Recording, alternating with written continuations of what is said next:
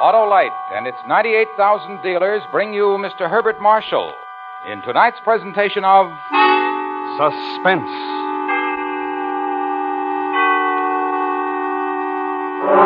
Tonight, Autolite presents part one of the most famous of all literary puzzles, Charles Dickens' unfinished novel, The Mystery of Edwin Drood. Our star, Mr. Herbert Marshall.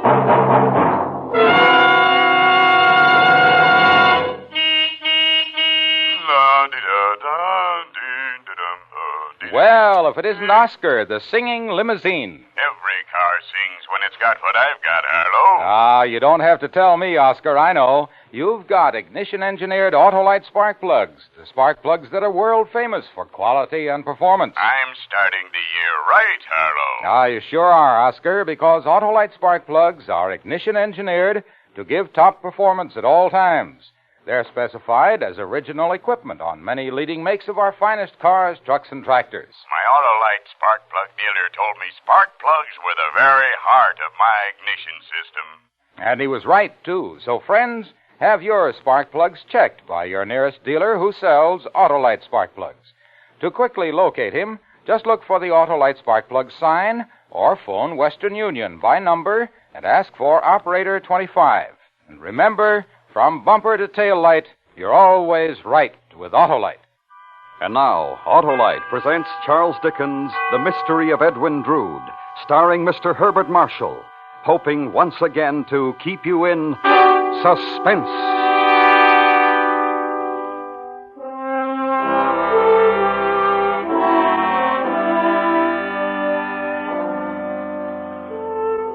This is the last night I have to live, and I will set down the naked truth without disguise. I was never a brave man, but the task comes without much difficulty. I can speak of myself as if I had already passed from the world. For while I write this, my grave is digging, and my name is inscribed in the black book of death.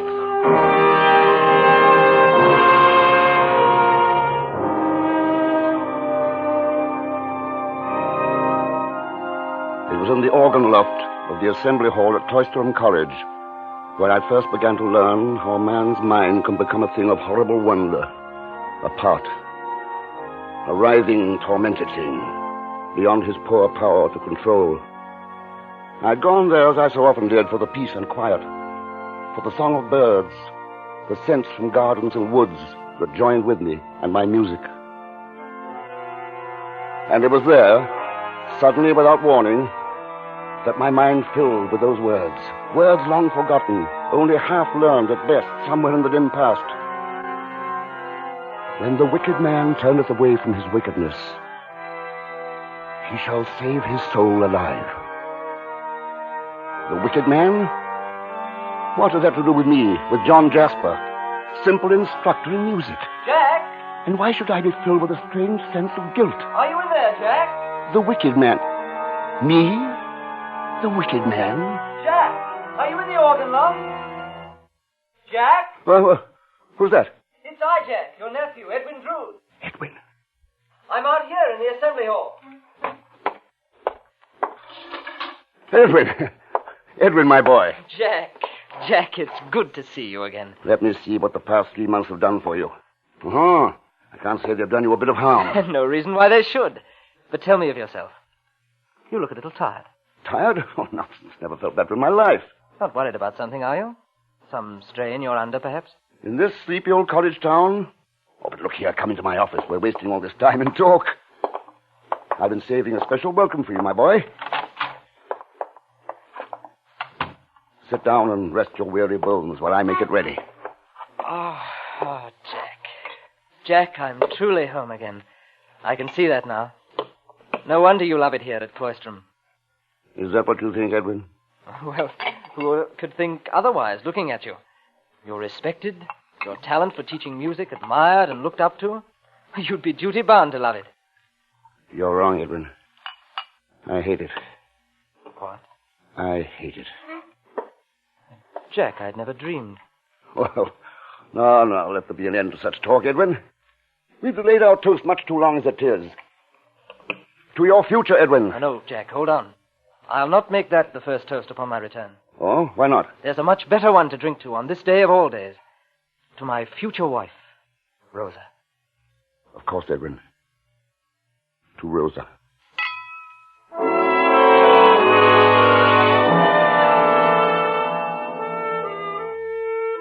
As we stood there, Edwin and I, drinking to her, to Rosa, I began to realize why those words about the wicked man had come to me just before his return. It had been a warning that might have already come too late.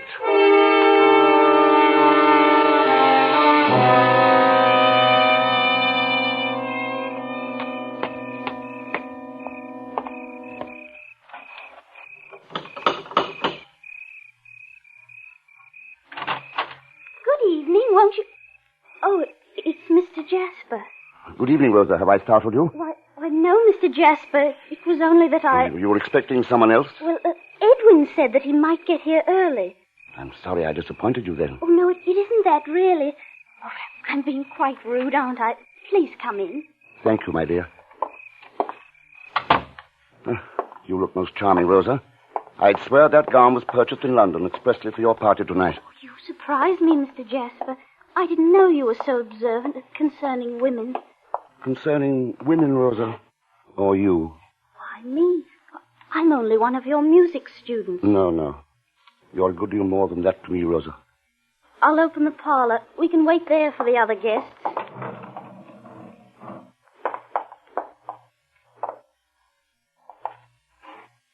You said I was a good deal more to you than just a music student. What did you mean? Edwin's my nephew. You're his betrothed. Surely the love I bear for him extends to you also. Oh, I hadn't thought of your feelings toward me in just that way. Had you thought of them then? Allow me to be frank, Mr. Jasper. I'm going to marry Edwin despite the fact that I do not love him. You do not? Oh, as a brother, perhaps as a very dear friend, but not as one should love a husband. Then, why marry him, Rosa? Because I couldn't bear to see him hurt. Because I promised both my parents and his that we would marry. There's nothing that can change your mind? No, Mr. Jasper. Not even if you loved another? I do love another.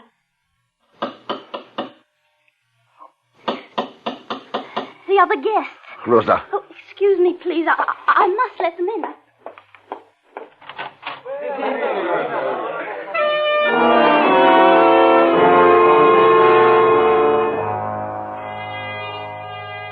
I remember little concerning the party that followed, being too occupied with my own thoughts.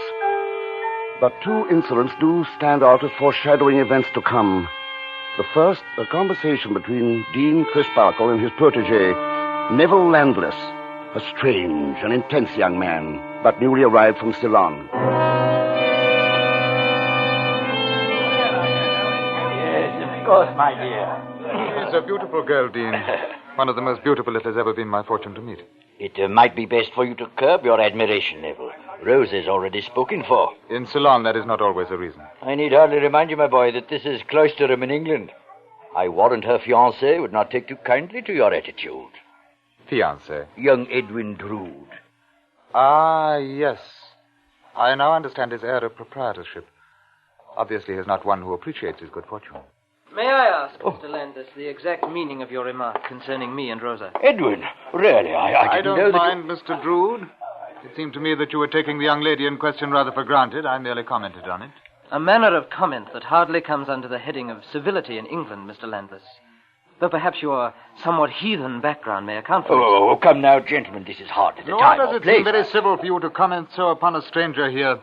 One who has not had your so-called advantages in upbringing. Perhaps the best civility is to mind our own business.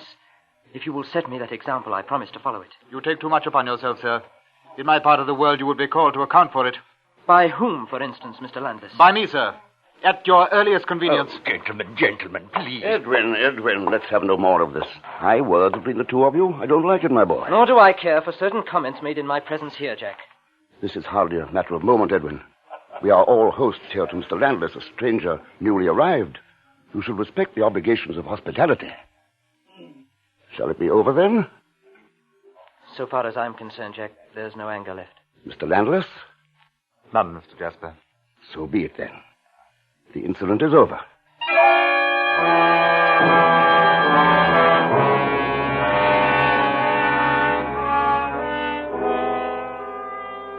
When it became time for Rosa to play, I took my place at the piano beside her in order to turn the pages of the music. I stood there watching her hands caressing the keys like two white, tender doves, seeing her lips pursed tenderly in concentration, the curve of her soft cheek, her eyes intent upon her music, yet finding moments free to glance up into mine.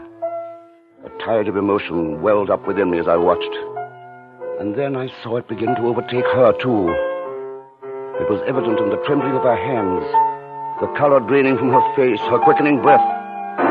Oh, no, I can't bear it. I can't bear it. Take me away, please. Take me away.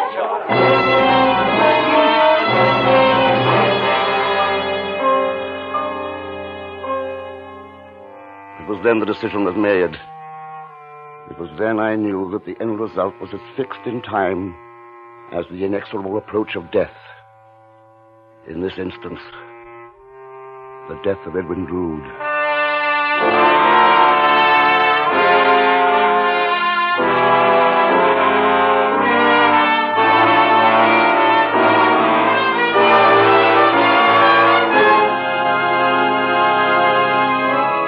Autolite is bringing you Mr. Herbert Marshall in Charles Dickens' The Mystery of Edwin Drood. Tonight's presentation in radio's outstanding theater of thrills, Suspense.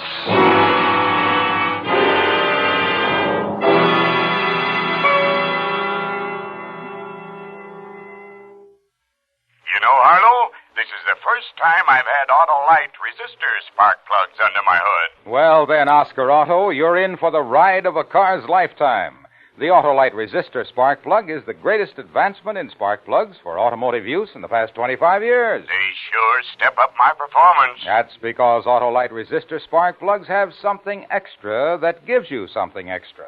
That extra is an exclusive Autolite built-in 10,000 ohm resistor that makes possible such extra advantages as smoother engine performance, quick starts, and double spark plug life. Extra special, Harlow? Right you are, Oscar, and the Autolite resistor-type spark plug is only one of the complete line of Autolite spark plugs for every use.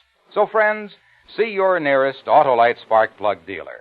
Have him check and replace worn-out spark plugs with ignition-engineered Autolite spark plugs, either standard or resistor type. And remember, from bumper to tail light, you're always right with Autolite.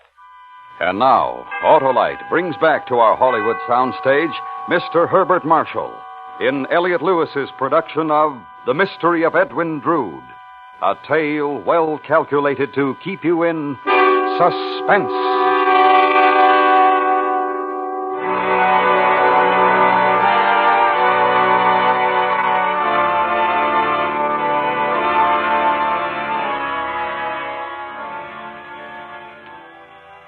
I have said that a man's mind can become a thing of horrible wonder, a part.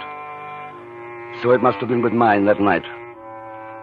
For I know now that the plan, the complete, the perfect plan, was born the very moment that Edwin Drood led Rosa from the room.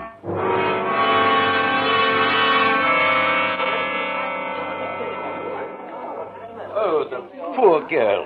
She's quite evidently overwrought. Yes, quite overwrought. Little wonder, with the strain she's had to bear.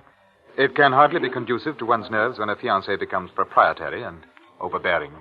It would appear that your earlier differences with Edwin Drood still rankle, Mr. Landless. I believe I have my anger well under control, Mr. Jasper.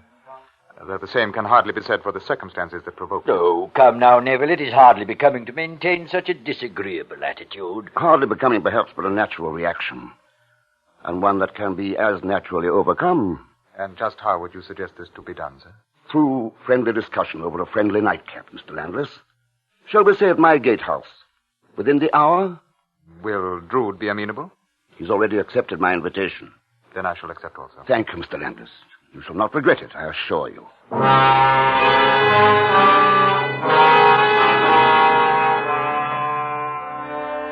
I took my leave then and pursued my way through the silent cobbled streets of Cloisterham.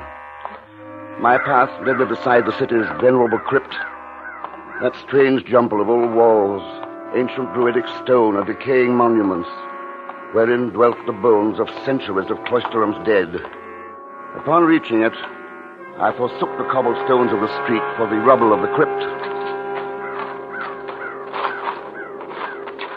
Beware that there mound by the yard gate, Mr. Jasper. Oh, is that you, Doddles? Aye. Well, what was it you said? I said, where the mound, Mr. Jasper? Why, what is it? Lime, that's what. Lime? What you call quicklime? Aye. Quick enough to eat your bones and your boots. With a little hand stirring, quick enough, surely, to eat your bones. Really? Now, you use it in your stonemason work, do you? Aye. Though it's little enough stonework for Doddles these days. What with the mayor and them wanting to learn where the olden ones is. Oh, yes. Searching for the final resting places of ancient druids, aren't you? Aye. Trying task it is, too. What with the way they're buried here, without no rhyme, no reason. Scattered about like in walls and under passageways. At best, I'd say it was an impossible task, Doddles. Not for Doddles and his hammer, it's not. Hammer? How can that possibly help? Well, look you over here, Mr. Jasper. Here's a wall. Thick it is. Over 6 feet. Crumbling bad in spots. Hard to tell just what might be buried there, if anything. But Doddles will soon put an end to that mystery. Yeah, he taps, you see. Solid here, unholden. So I goes on tapping. Hollow here. Nothing. I tap some more. Here I find solid. Hollow again. There you have it, Mr. Jasper. Wall's hollow. Oh, filled with rubbish and whatnot, I wager, but hollow plain enough. Like most of the walls around here. Plenty of room in 'em for 100 more bodies it need be. Yes, I dare say. Well, thank you kindly for a most illuminating lecture. Well, now, you didn't say why you come visiting here in the first place, Mr. Jasper. I don't believe I know, Doddles. I don't believe I know.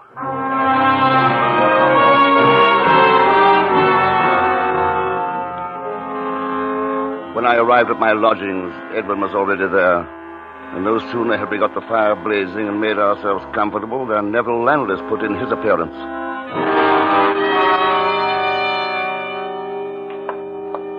Please to sit down, Mr. Landless. Whatever small comforts you find here, consider to be your own. My thanks, Mr. Jasper. Turn up the lamp on the desk, will you, Edwin? I'll prepare some mulled wine for that nightcap I promised. Of course, Jack. You'll probably notice, Mr. Landless, that I have the lamp so arranged as to illuminate a painting over the chimney place. I had noticed it, Mr. Jasper. You'll recognize the subject, of course. Miss Rosa. I could hardly fail to do so, though the portrait is far from flattering to the original. Oh, don't be so hard on it, Mr. Landless. It was done by Edwin, who made me a present of it. I'm sorry, Mr. Drood. If I had known I was in the artist's presence. I doubt that your remark would have differed, Mr. Landless. Perhaps it would not have, Mr. Drood? Oh, come now, gentlemen. Let there be no more of this. The wine is prepared. So. And surely no lady, or at least a portrait of one, should intrude upon the drinking habits of good friends. For you, Mr. Landless. Thank you, sir. Edwin. My thanks, Jack. And now, for the first toast of the evening, I should like to propose one to my nephew, a most fortunate man. A toast in truth, Mr. Jasper. I shall drink to it. Thank you both, gentlemen. Yes, Mr. Landless, I ask you to observe my nephew, for he is indeed one of the most fortunate men of the world. And an enviable state, if I truly possess it, Jack. How can you doubt it, my boy? A family estate that eliminates the burdens of economic necessity. Rosa, eager, waiting to supply you with the greatest blessings of domestic bliss and love. Quite different from your prospects and mine, is it not, Mr. Landless? Yes, quite different, Mr. Jasper. Upon my soul, Jack, I almost feel apologetic for having my way smoothed as you describe. Almost, but not quite. Perhaps it might have been better for Mr. Drood to have known some hardships in the achievement of his possessions. And why, pray, might it have been better for Mr. Drood to have known hardships? Yes, Mr. Landless. Tell us why. Because they might have made him more sensible of good fortune that is not the result of his own merit. Have you known hardships, may I ask? I have. And what have they made you sensible of? I have told you once before tonight. You've told me nothing. I told you that you take a great deal too much upon yourself. You added something else to that, if I remember. I did. I said that in my part of the world you would be called to account for it. That part of the world is a long way off, I believe, at a very safe distance. Say here, then. Say anywhere that gentleman may be found. What would you know of gentlemen, Landis? You may know a common thief or a common boaster when you see him, but you're surely no judge of gentlemen. I have taken all I'm going to take from you. Here now, Edwin. Stand still. Mr. Landis, give me that bottle. I'll give it to your precious nephew. I warn you, Drood. I'll cut you down someday for this. I swear it.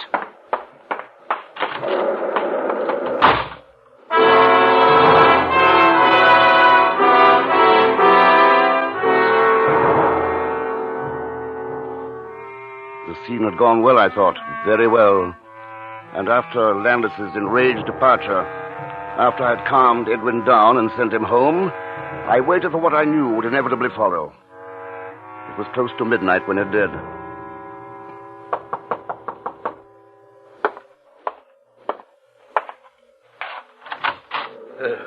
May I come in, Jasper? Of course, Dean.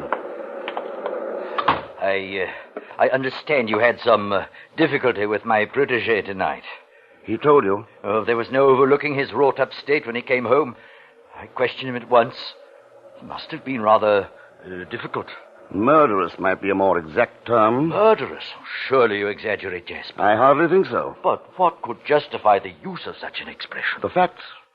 I feel certain that if I had not been there to intervene, he would have laid Edwin dead at his feet. Oh, unbelievable. And yet he did repeat to me the warning he gave young Drood. That he'd cut him down someday? His exact words, Jasper. I think, sir, that you have in your charge a most dangerous man. One who might well attempt to carry out his threat against Edwin's life. Oh, no, I can't believe that, Jasper. I'm confident that if we could get them together again, get them to shake hands upon it, all their differences could be resolved. You're much more optimistic than I. Surely it's worth a try for your nephew's sake, if for no other. Talk to him, I'll talk with Neville. I know he'll meet with Drood whenever and wherever you say. Very well, Dean, I'll try. Though I say to you now, and you are my witness, I'm convinced that unless Neville Landis leaves Cloisterham, the end result could be nothing but tragedy.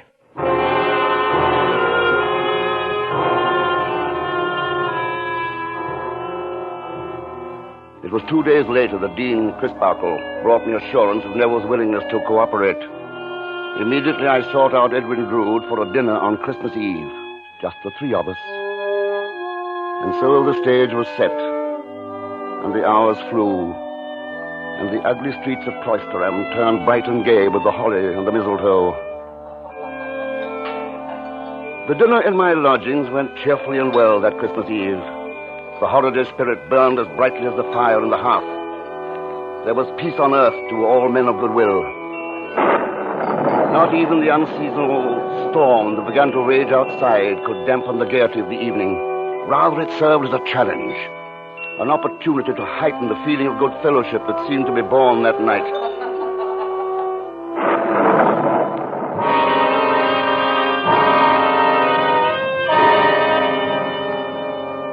It was sometime around midnight when the two men, arm in arm, took their departure. You would suggest something like this, Jack. Fancy going to see the river at this hour on Christmas Eve.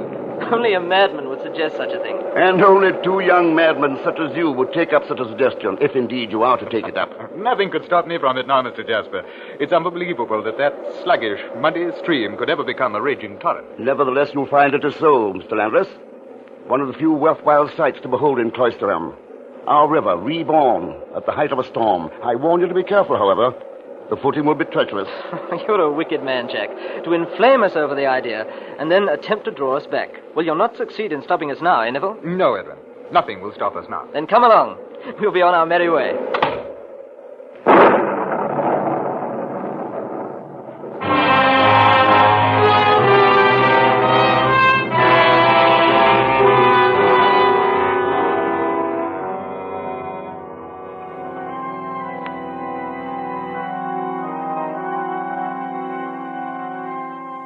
There is little I can tell you of the night that followed, for there is little that I remember clearly. I know only that when dawn finally broke, I found myself in the organ loft, playing, my clothing wet through, and burning within my brain was a memory. A memory of a man walking alone through the wind and rain in the black of night. A man walking through the deserted streets of Cloisterham. The streets that suddenly, unknown to him, were no longer deserted.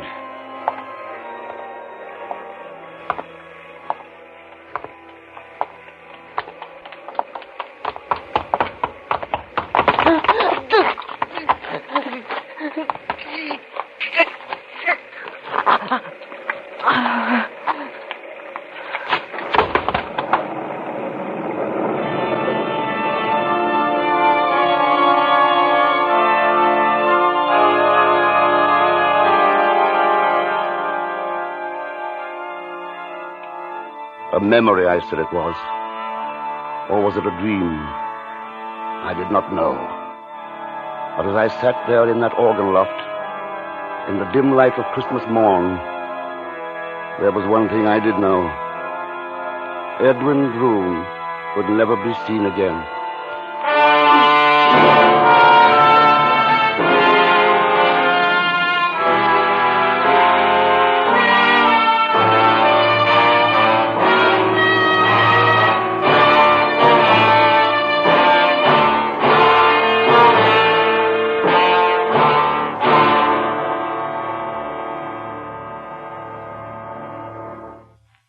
Suspense.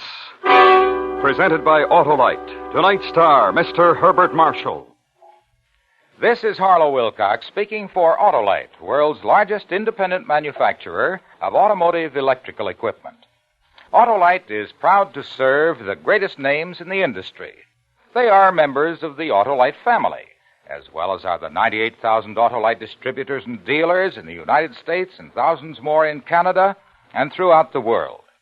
Our family also includes the nearly 30,000 men and women in 28 great Autolite plants from coast to coast and Autolite plants in many foreign countries, as well as the 18,000 people who have invested a portion of their savings in Autolite. Every Autolite product is backed by constant research and precision built to the highest standards of quality and performance. So remember, from bumper to tail light, you're always right with Autolite.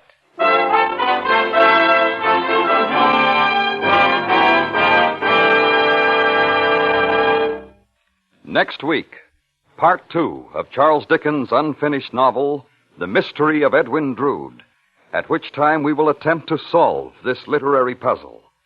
Our star, once again, Mr. Herbert Marshall. That's next week on Suspense.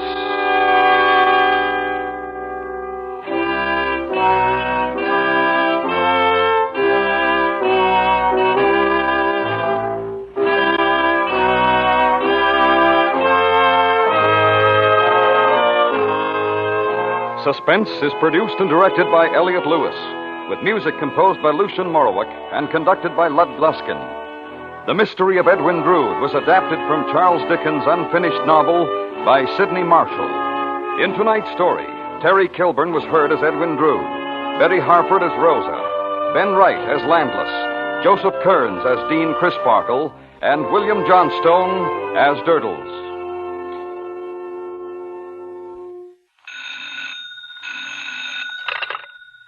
Buy Autolite resistor or standard type spark plugs, Autolite stay full batteries, and Autolite electrical parts at your neighborhood Autolite dealers. Switch to Autolite. Good night.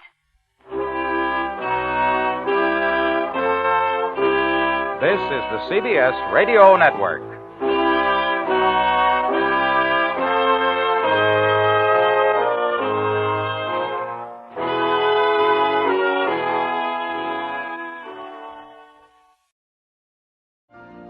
You've been listening to the OTR Gold Network. Find more classic radio at otrgold.com.